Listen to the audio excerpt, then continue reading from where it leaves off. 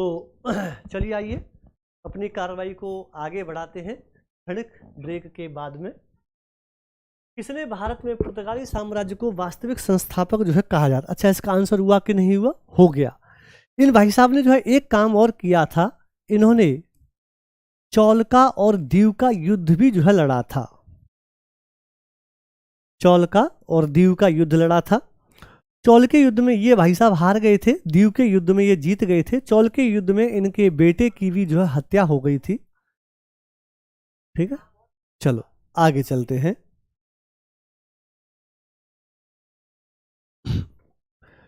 अगला क्वेश्चन है हमारा, किसे भारत में पुर्तगाली साम्राज्य का वास्तविक संस्थापक जो कहा जाए?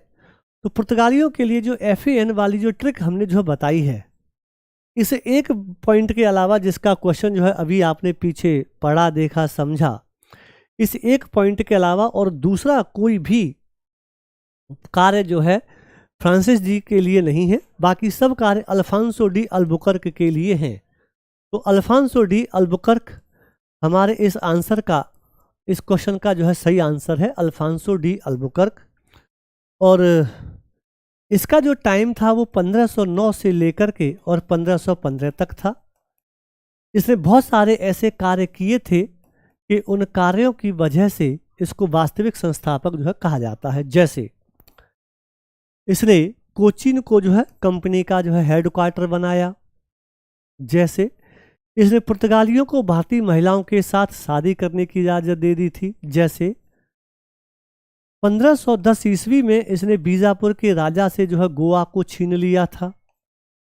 ठीक है, तो इन सब कार्यों की वजह से जो है इसको पुर्तगाली साम्राज्य का वास्तविक संस्थापक जो है कहा जाता है। चलो आगे चलते हैं। अल्बुकर्क ने बीजापुर के किस सुल्तान से गोवा को जीता था? गोवा को जीता था, तो अभी हमने जो है आपको बताया था कि अल्फांसो डी अल्बुकर्क है, इसी ने जो है 1510 ईस्वी में बीजापुर के राजा से जो है गोवा को जीत लिया था। और यूसुफ आदिल शाह, अली आदिल शाह, मोहम्मद आदिल शाह, इनमें से कोई नहीं। तो हमारा जो आंसर है वो है यूसुफ आदिल शाह है। उस समय जो है पुर्तगाल का राजा यूसुफ आदिल शाह था। लगभग जो है 1485 से लेकर के 1610 तक ये था। और इसने जो है इस राजा से जो है जीत लिया। बाद में जब यूसुफ आदिल शाह जो बीजापुर में बैठा हुआ था, पता चला कि हमारे गोवा के ऊपर कब्जा कर लिया है, तो इसने अपनी सेना भेज करके गोवा को जीत लिया। फिर दोबारा से जो है अंग्रेजों ने या पुर्तगालियों ने इस गोवा को जीत लिया। यूसुफ आदिल शाह के बाद में अली आदिल शाह जो है राजा बना था। उसने भी जो है कोशिश करी थी कि मैं अपने राज्य को जो है ले लूँ, अपने जो है राज्य को ले लूँ, लेकिन वह लेने में नाकामयाब जो है रहा था। ठीक है, तो इसका सही आंसर जो है आपके सामने हो गया।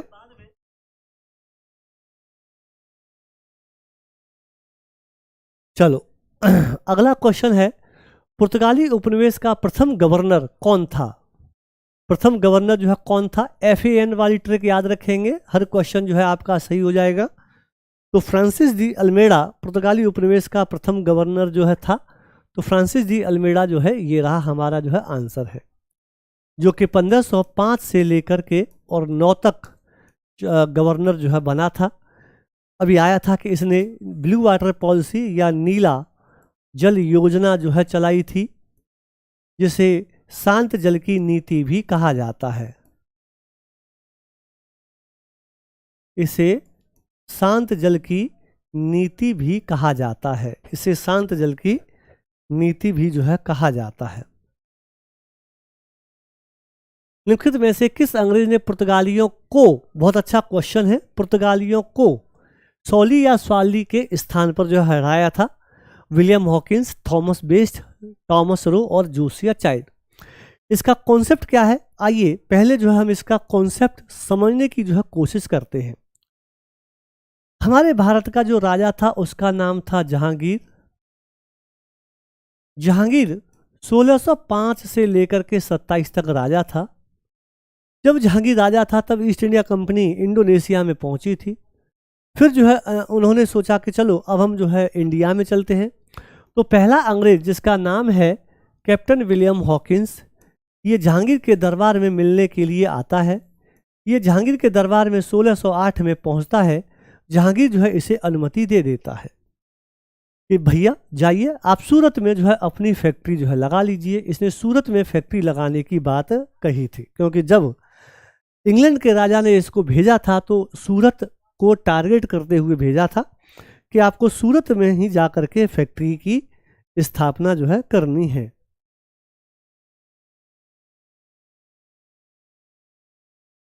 ठीक है। इसके बाद में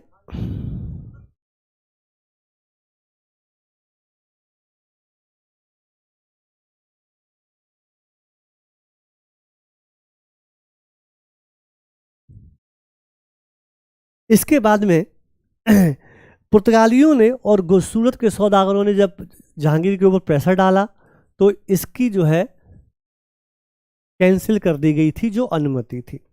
ये लौट करके जो है पहुंचा और इसको जॉन मिडेनहॉल नामक जो है एक अंग्रेज मिला, उससे जो है अपनी सब कहानी सुनाई। तो उस कहानी के बाद में गुजरात में जो है स्वाली नामक जो है एक जगह है, ये जो स्वाली दी हुई है, 1612 की बात है। और थॉमस बेस्ट जो है इसका आंसर अगर इसमें होगा तो बिल्कुल है। तो थॉमस बेस्ट के नेतृत्व में अंग्रेजों ने पुर्तगालियों को पराजित कर दिया और पराजित कर करके वो जहाज जो है जहांगीर को दे दिए। इसके बाद में 6 फरवरी 1613 को जहांगीर ने अनुमति दे दी थी कि जाओ अब आप भारत में जो है अपनी फैक्ट्रियां एस्टैब्लिश कर सकते हो। ठीक है, चलिए तो ये रहा इसका सही आंसर। ये आया था 1608 में, ये आया था 1615 में। ठीक है, चलो निम्नलिखित में से प्रथम कर्नाटक का युद्ध कौन सा तात्कालिक जो है कारण था, ये जो है पूछा जा रहा है कर्नाटक के युद्ध का। ये प्रीवियस ईयर्स में आया हुआ जो है आपका क्वेश्चन है। अंग्रेज और फ्रांसीसियों के बीच प्रतिद्वंद्विता, ऑस्ट्रिया की राजगद्दी की जंग, कर्नाटक की राजगद्दी का मामला, अंग्रेजों द्वारा फ्रांसीसी जहाजों का अधिग्रहण। अगर कर्नाटक के युद्धों 3 कर्नाटक के जो है युद्ध हुए थे, अगर उनमें से हमें ये देखना हो कि इनका क्या कारण है, तो बेसिकली इसके युद्ध का कारण है ऑस्ट्रिया की राजगद्दी की जंग। तो यूरोप के मैप में इंग्लैंड के पूरब में जो है फ्रांस है और फ्रांस के पूरब में जो है ऑस्ट्रिया है। जैसे हमारे यहाँ अंग्रेज लोग किसी राजा के मरने पर टांग अड़ाया करते थे, तो ऑस्ट्रिया में भी यही हुआ और फ्रांसीसी और ये दोनों लोग जो है वहाँ अपना जो है संघर्ष कर रहे थे। लेकिन तत्कालीन कारण अगर देखो कारण पूछा जाएगा तो यही होगा और तत्कालीन कारण पूछा जाएगा तब आंसर कुछ और होगा। तो वहां पर जो मामला जो गर्म हो चुका था, तत्कालीन जो जंग चल रही थी, उसके बाद में यहाँ पर जो है इंग्लैंड के एक सेनापति बार्नेट ने मद्रास के इलाके में और फ्रांसीसी जहाज़ों पर जो है कब्जा कर लिया। फ्रांसीसी जहाज़ों पर कब्जा कर लिया। इसमें फ्रांसीसी अधिकारी जो है डुप्ले था। डुप्ले ने कर्नाटक के राजा से कहा कि देखिए साहब, आपके राज्य में ऐसा ऐसा जो है हो रहा है। कर्नाटक के राजा ने अंग्रेजों से बात करी, अंग्रेज नहीं माने, तो डुप्ले ने मॉरिशस से एक फ्रांसीसी अधिकारी को बुलाया और बुला करके जो है अंग्रेजों के साथ लड़ाई लड़ी और मद्रास के ऊपर कब्जा कर लिया था। ठीक है, तो इसका तत्कालीन जो कारण है वो ये है कि अंग्रेजों ने फ्रांसीसी जहाज़ों का अधिग्रहण कर लिया था और उसकी वजह से ये सब घटनाक्रम जो है आगे चला था। ठीक है, चलिए तो ध्यान देना है कि अगर कारण पूछा जाए तो ये हो सकता है, तत्कालीन कारण पूछने पर आंसर यही होगा कि अंग्रेजों ने कब्जा कर लिया था। जहांगीर ने किसे खान की उपाधि दी थी? बहुत अच्छा क्वेश्चन है।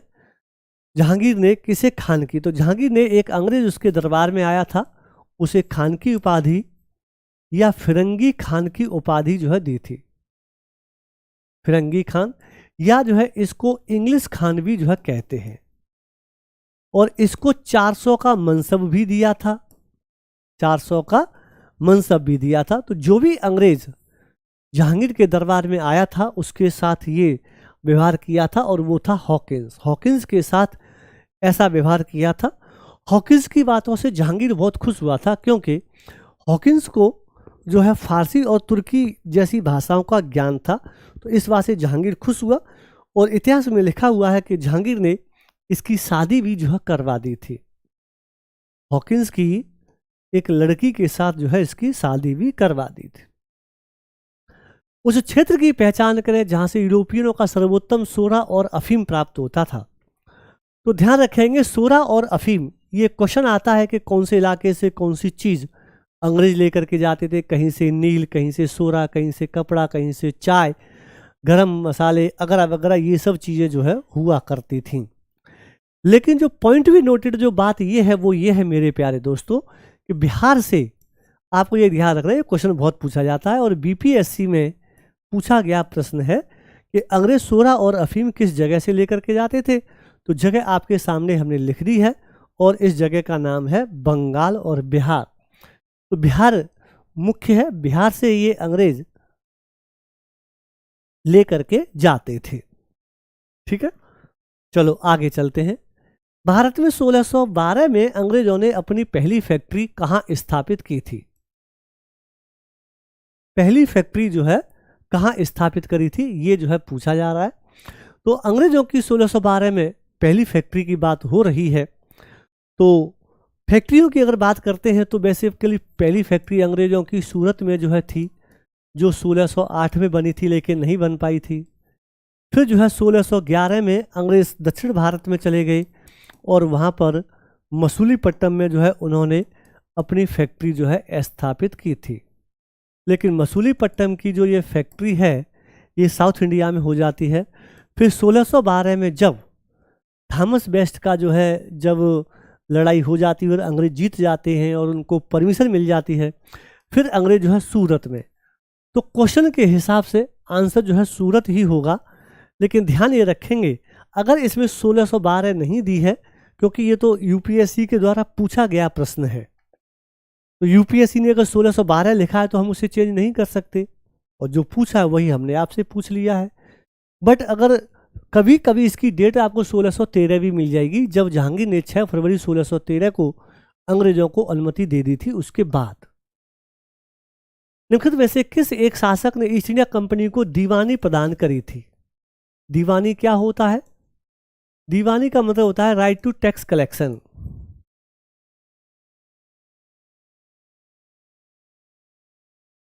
राइट टू टैक्स कलेक्शन, कर वसूलने का अधिकार जो है इसका काम जो है होता है राइट टू टैक्स कलेक्शन। ठीक है, ये जो बक्सर का युद्ध जो हुआ था 1764 में, उसके बाद 1765 में जो है एक संधि होती है जिसका नाम होता है ट्रीटी ऑफ इलाहाबाद। इलाहाबाद की जो है संधि होती है। ठीक है, और इलाहाबाद की संधि के माध्यम से फिर जो है पहली संधि दूसरी संधि होती है। तो जो मुगल राजा शाह आलम जो सेकंड हैं, मुगल राजा जो शाह आलम जो सेकंड हैं, उनके बाद उसके द्वारा जो है ये अदला बदली होती है। तो दीवानी जो है वो अंग्रेजों को प्रोवाइड कराता है बंगाल, बिहार और उड़ीसा की। और ये 1765 की बात है। तो शाह आलम सेकंड हमारा इसमें आंसर है। ये मुगल राजा था और लगभग 1758 से लेकर के और 1806 तक ये जो है मुगल राजा जो है रहा था। ठीक है, इसको जो है इसको अंग्रेजों ने गिरफ्तार कर लिया था और गिरफ्तार करने के बाद में इलाहाबाद के किले में भी जो है डाल दिया था। चलो, फारुखसियर का 1717 का गोल्डन फरमान जो है शाही फरमान बहुत फेमस है। शुजाउद्दौला अवध का राजा था जिसके साथ ये संधि होती है और इसने भी बक्सर के युद्ध में जो है हिस्सा लिया था। बंगाल की निम्नलिखित फैक्ट्रियों में से कौन सी पुर्तगालियों द्वारा स्थापित की गई थी? बंगाल में वो कौन सी फैक्ट्री है जो पुर्तगालियों ने स्थापित की है? बांदेल, चिंसुरा, हुगली। तो हुगली जो है बहुत फेमस फैक्ट्री है, बहुत ही फेमस फैक्ट्री है जिसको पुर्तगालियों ने अपने यहाँ अपने अंडर में। यूपीएससी में जो है एक क्वेश्चन आया हुआ है कि पुर्तगालियों ने किस क्षेत्र को या किस केंद्र को लूटपाट का जो है सेंटर बनाया हुआ था, अड्डा बनाया हुआ था। तो वो जो है यही है। जब इनकी गतिविधियां ज़्यादा बढ़ गई तब शाहजहां ने ये डेट याद रखेंगे 1632 में अपने एक सेनापति को भेज करके और हुगली के ऊपर जो है कब्जा कर लिया था और वहाँ से पुर्तगालियों का सूफड़ा साफ जो है कर दिया था। ठीक है, चलो अब हम चलते हैं 33 और आज का लास्ट क्वेश्चन है, एक द्वीप पर निर्मित भारत का सबसे बड़ा नगर कौन सा है? बम्बई ये सबसे बड़ा नगर है। यहाँ पर इस क्वेश्चन को पूछने का कारण क्या है, क्योंकि यहाँ पर जो है इस क्वेश्चन को इसलिए पूछा गया कि 1661 में पुर्तगाली राजकुमारी और इंग्लैंड के राजा चार्ल्स सेकंड की शादी होती है। ठीक है, तो हमारी मॉडर्न हिस्ट्री का ये प्रक्रिया जो है हमने स्टार्ट की है। इसका उद्देश्य आगे आने वाले यूपीएससी, यूपीपीसीएस, आरओ के लिए क्वेश्चंस के माध्यम से हिस्ट्री को कवर करना है और ऐसा हम कवर करके ही रहेंगे। तो आज की क्लास को यहीं समाप्त करते हैं, कल फिर मिलेंगे। तब तक के लिए tata bye bye, take care, धन्यवाद।